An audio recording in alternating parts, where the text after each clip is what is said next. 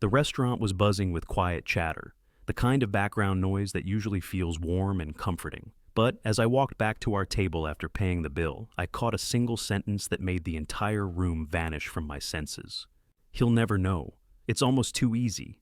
Her voice, Lillian's voice, my wife's voice. I stopped mid-step, my hand still clutching the small black leather bill folder. My chest tightened like someone had tied a rope around my ribs. I wasn't supposed to hear that. I wasn't supposed to hear anything. She didn't see me. I was just a few steps behind her, hidden by the back of a booth. I froze, every muscle locked in place. My brain scrambled for explanations. Was she joking? Talking about a surprise gift for me? But her tone wasn't playful. It was low, steady, and filled with a kind of secret confidence that made my stomach twist. I peeked around the corner. She was leaning slightly over her phone, a small smile curling on her lips. The same smile I used to think was just for me. My first instinct was to walk up and act normal, pretend nothing happened, because maybe I wanted it to be nothing. But my second instinct, the one pounding in my chest, told me to wait, to listen. For a moment I stood there, my heart pounding in my ears louder than the clinking of glasses around me. "Tomorrow night, I promise," she whispered. And then she laughed softly, that soft laugh that used to make me melt. I nearly dropped the folder. "Tomorrow night? Promise what?" I could feel my hands shaking, a mix of anger and fear fighting for control. I took a deep breath and forced myself to step forward, plastering the kind of fake grin I didn't even know I could make. She looked up at me and, just like that, the smile shifted, warm, innocent, like nothing was wrong. But I knew. Oh, I knew. I sat back down, pretending to adjust my jacket, and placed the receipt on the table like nothing was wrong. My throat was dry, but I managed to croak out, "All paid. Ready to go?" She looked up from her phone, slipping it casually into her purse, and smiled.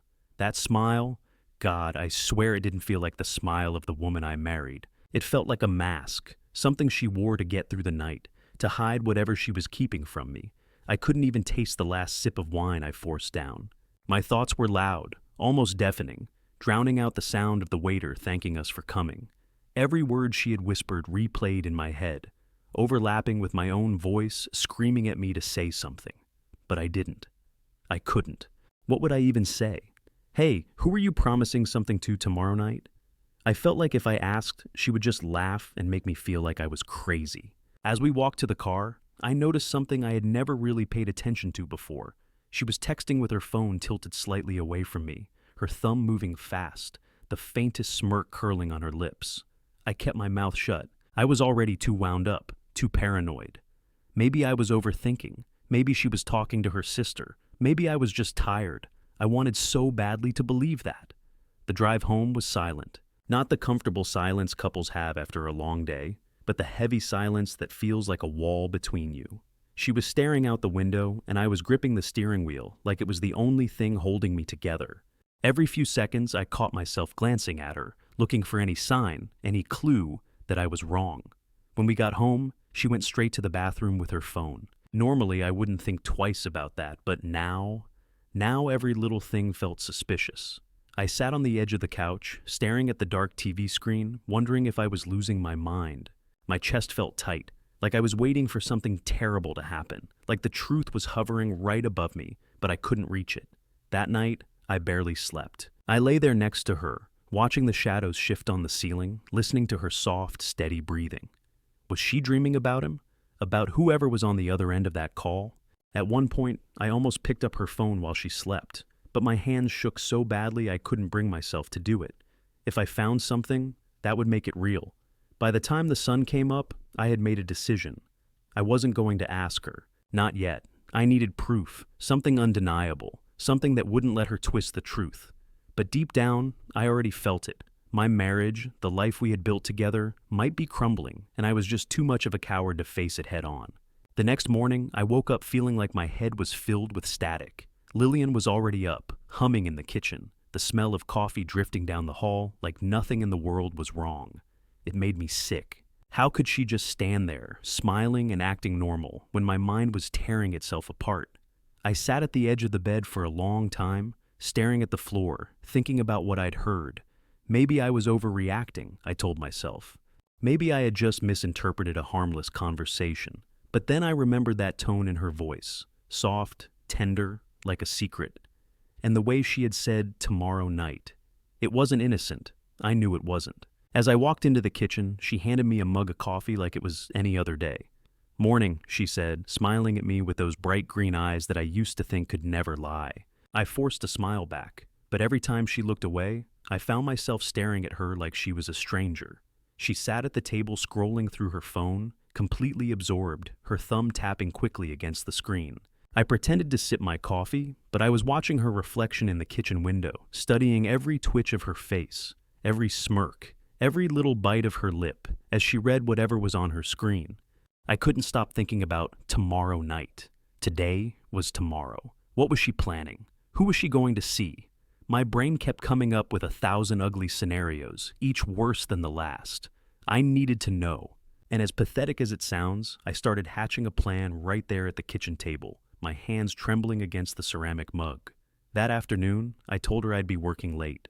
I made up a story about a last-minute project at the shop, and she didn't even blink. She just nodded, said, "Okay, have a good night," and went back to texting. I wanted her to ask me more questions, to care where I'd be, but she didn't. That silence told me everything. By evening, my plan was simple, though my hands wouldn't stop shaking as I prepared for it. I would pretend to go to work, drive around the block, and wait. I'd park a few streets away, come back, and see where she went.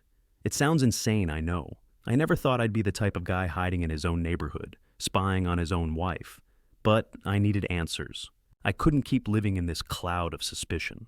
As the sun went down, she started getting ready, more effort than usual. She slipped into a black dress I hadn't seen her wear in a long time, the one she wore on our second anniversary. She even put on lipstick. Not for me, not tonight. I tried to act casual as I grabbed my keys and muttered something about locking up the garage. She kissed my cheek, and I swear, it felt like her lips were colder than ice. Sitting in my car, parked a few houses down, I felt like a complete loser. My chest was tight, and my palms were slick with sweat. But when I saw her step out of the house, glancing around as if to check if the coast was clear, my heart sank. She wasn't going for a walk. She wasn't meeting a friend for coffee. She was heading straight into whatever secret life she was hiding from me. I followed her.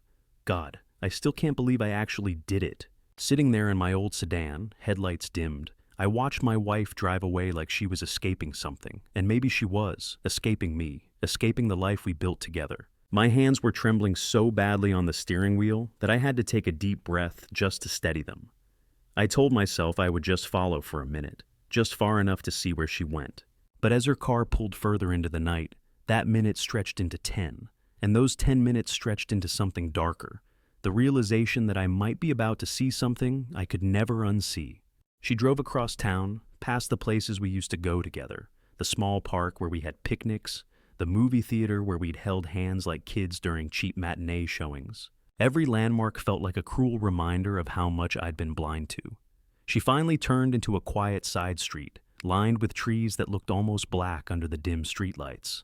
I parked half a block away, my heart pounding in my throat as I watched her step out of the car. She was nervous. I could see it in the way she adjusted her dress, checking her hair in the car window, like a teenager about to meet someone special. And then, out of the shadows, a man appeared. He was tall, dressed in a crisp white shirt, sleeves rolled up like he had walked out of some romantic movie. I felt my stomach churn as I watched them greet each other, not with a handshake, not even a friendly hug, but with that lingering touch, that closeness you only share with someone you think about at night, when the world is quiet. I gripped the steering wheel so hard I thought it might crack. For a second, I almost threw the door open and stormed over there. I imagined myself yelling, demanding answers, making a scene that would end with her looking at me like I was the crazy one. But I didn't move. I just sat there, watching my wife laugh with this stranger, her face glowing in the faint streetlight in a way I hadn't seen in months. It hurt, more than I can put into words, to realize that glow wasn't for me anymore. I don't even remember how long I stayed there. Time felt like it had stopped. I saw them walk into a small, dimly lit restaurant at the corner of the street. Not some fancy place, not somewhere they could be seen, but a quiet, tucked-away spot. I recognized it instantly. It was the same restaurant we went to on our third anniversary. It felt like she was rewriting our history with him, taking our places, turning our memories into something cheap and replaceable. I sat there for what felt like hours, the rain starting to patter on the windshield, my mind racing with every horrible thought imaginable. What would I even say to her? Would she deny it? Would she look me in the eyes and tell me I was imagining things? A part of me wanted to confront them right there, but another part, the part that's always been too soft, too forgiving, knew I wasn't ready. I needed more than this. I needed the truth, undeniable and sharp as glass, because otherwise, she'd find a way to twist it all back on me. When she finally came out, hours later, her hair slightly messy and her lipstick faded, I sank lower in my seat. She didn't see me. She just walked to her car, smiling like someone who had just lived a different life, a life I wasn't part of. Watching her drive off, I felt something snap inside me. Not anger, not even sadness, but this hollow, crushing weight that I can't even describe. I didn't follow her home. I couldn't. Instead, I sat there in the rain, staring at the empty street where they had stood, trying to understand how everything I thought I knew could shatter in a single night.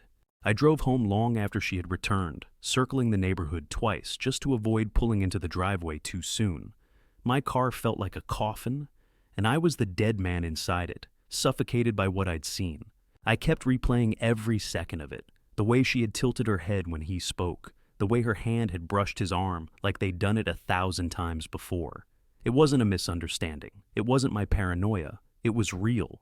That truth sat on my chest like a stone, pressing down until I could barely breathe. When I finally walked inside, she was already curled up on the couch, watching some mindless TV drama.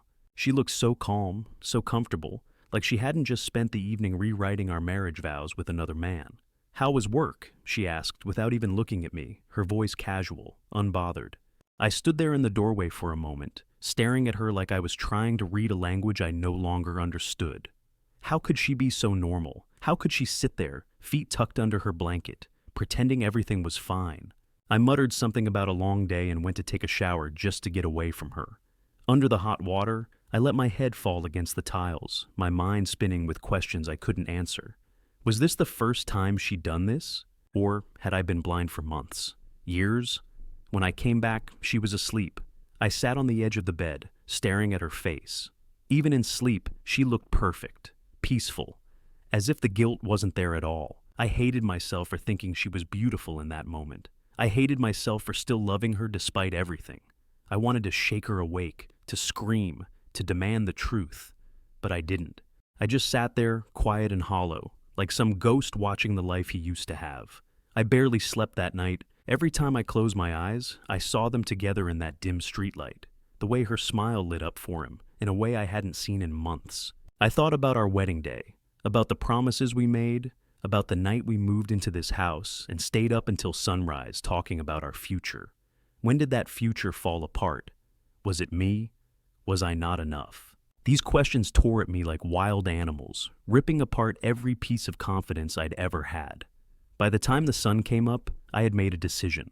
I couldn't just let this go, but I also couldn't explode without proof. If I confronted her now, she would deny it. I knew her. She'd twist my words, tell me I misheard everything, and maybe I'd even start believing her lies because that's what I wanted so badly. No, I needed to be sure. I needed to know the truth in a way that couldn't be covered by excuses or fake smiles. So I came up with a plan, a real one. Tonight, if she went out again, I would follow her. Not just in my car, but closely enough to see everything with my own eyes. I'd bring my phone, take pictures if I had to. I hated myself for thinking this way, like some pathetic detective in my own life. But I couldn't take it anymore. I needed answers, and I needed them now.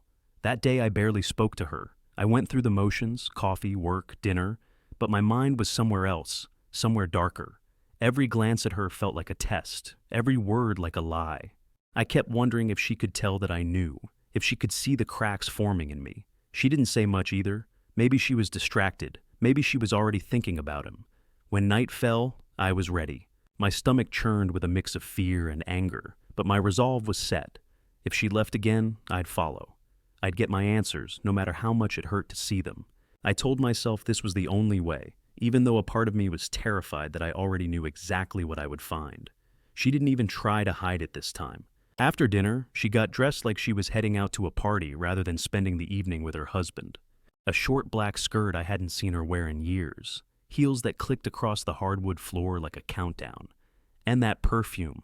God, that same perfume she wore on our first trip together, the one that used to make me weak in the knees. Now it just made me feel sick. She barely said a word as she slipped on her coat, just tossed me a casual, "I might meet up with Mia for a quick drink," like it was no big deal. I forced a smile and told her to have fun, but every nerve in my body was screaming that this wasn't some friendly night out. I waited exactly 5 minutes after she left before I followed her. My hands were shaking so badly I had to grip the steering wheel like it was the only thing holding me together. The streets felt darker than usual, like the world itself knew something was breaking inside me. I kept my headlights back just enough not to draw attention, watching her taillights like they were a lifeline dragging me toward the truth I wasn't ready for. She didn't go downtown this time. Instead, she drove toward the edge of the city, through quiet neighborhoods and past stretches of road with no lights, no people. It was like she wanted to disappear. My heart was pounding, and I had to roll down the window just to breathe. Every mile we drove, I imagined different endings. Her walking into some house I didn't know, laughing with some man I'd never met, living a life I wasn't part of. She finally turned into a driveway. A small old brick house sat at the end of it, with only one dim porch light glowing. My gut clenched like a fist. She parked and sat in her car for a moment, checking her phone. I was 2 houses back, parked in the shadows, my heart pounding so hard I could hear it in my ears. And then, like a nightmare unfolding, he stepped outside. The same man I'd seen before, but this time, I could see his face clearly under the porch light. He was younger than me, clean-shaven, confident, the kind of guy who doesn't have to try too hard to get what he wants.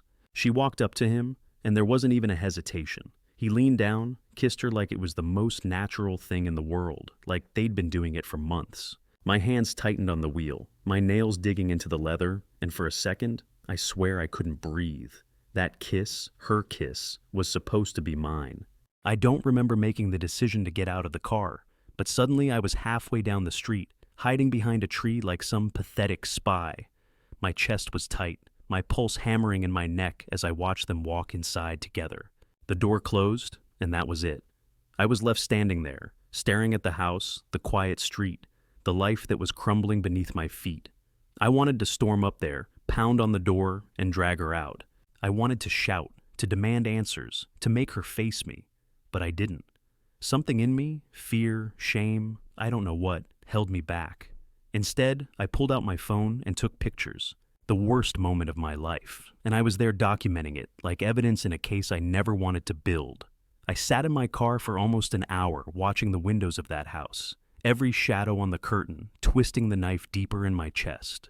I felt like I was dissolving, piece by piece, until all that was left was this hollow version of me, angry, heartbroken, humiliated. When she finally left, it was past midnight. She looked happy, radiant even. And that hurt more than anything. She didn't even look guilty. She just got in her car and drove off like it was the most normal thing in the world. I didn't follow her this time. I stayed there, gripping the steering wheel, trying to remember how to breathe. When I finally drove home that night, I felt like I wasn't even in my own body anymore. Everything around me felt distant, unreal, like I was stuck in some nightmare I couldn't wake up from. I pulled into the driveway and just sat there for a while, staring at the front door of my own house like it was some stranger's home. The lights inside were off. She was already asleep, wrapped in those warm blankets, pretending her world was intact. Mine wasn't. Mine was shattered into a million pieces that I couldn't even begin to pick up. I barely spoke to her the next morning.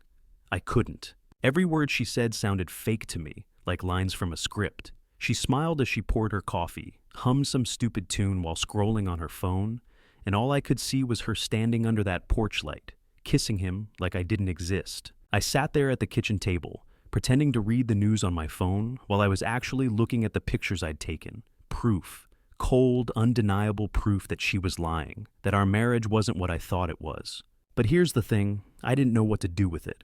Confront her? Smash my phone on the table and scream, "Look at this! Look at what you've done." I thought about it 100 times, but every time I imagined her face, calm, collected, maybe even smug, it made me stop. What if she denied everything? What if she laughed in my face and told me I was paranoid? I needed a way to trap her, to leave her no room to twist the truth. So I did something I never thought I'd do. I called in sick to work and spent the entire day planning. I went through every drawer in the house, every dusty box in the garage, looking for the old voice recorder I used to keep for jotting down notes. When I found it, buried under a pile of junk, my hands shook as I tested it. It still worked. I stared at it for a long time, thinking about how far I'd fallen. A grown man sneaking around his own house like a stranger. But I needed this. I needed to hear her, to catch her in her own words, because the pictures weren't enough for me anymore. That evening, I set the recorder under the living room couch, right where she usually sat when she thought I wasn't around. I told her I was going to meet up with a friend after work. It wasn't a complete lie. I just never made it to that friend. Instead, I parked 2 blocks away, my stomach in knots, waiting in the dark. I watched the clock on my dashboard tick by like it was mocking me. My plan was simple. Come back early and listen to whatever she said when she thought I was gone. When I finally returned, my heart was pounding so hard I could barely fit the key into the door. She was sitting there, calm as ever, with that soft smile that I used to live for.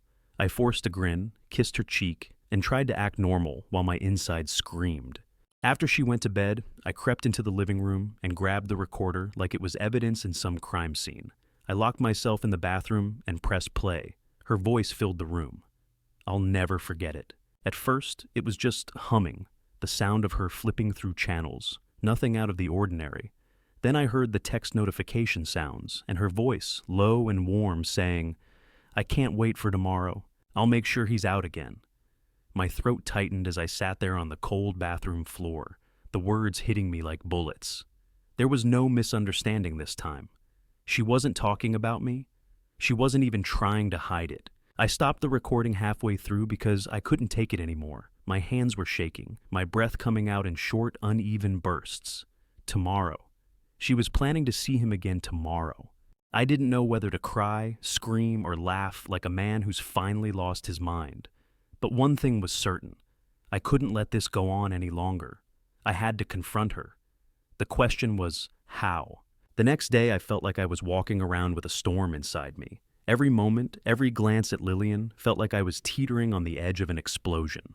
I had spent the entire night going over it in my head, replaying the recording, the pictures, every single clue that had led me here. But somewhere between sunrise and my 3rd cup of coffee, something strange happened. I stopped feeling angry. I stopped feeling like a victim. Instead, I just felt tired. Tired of the lies, tired of the second guessing, tired of pretending that what we had was still alive. I decided I would face her. I would get my answers, and whatever happened, I would take back my life.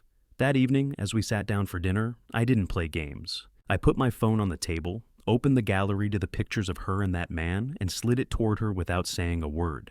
She froze. Her fork slipped from her hand, clattering against the plate, and for the first time, she looked truly caught.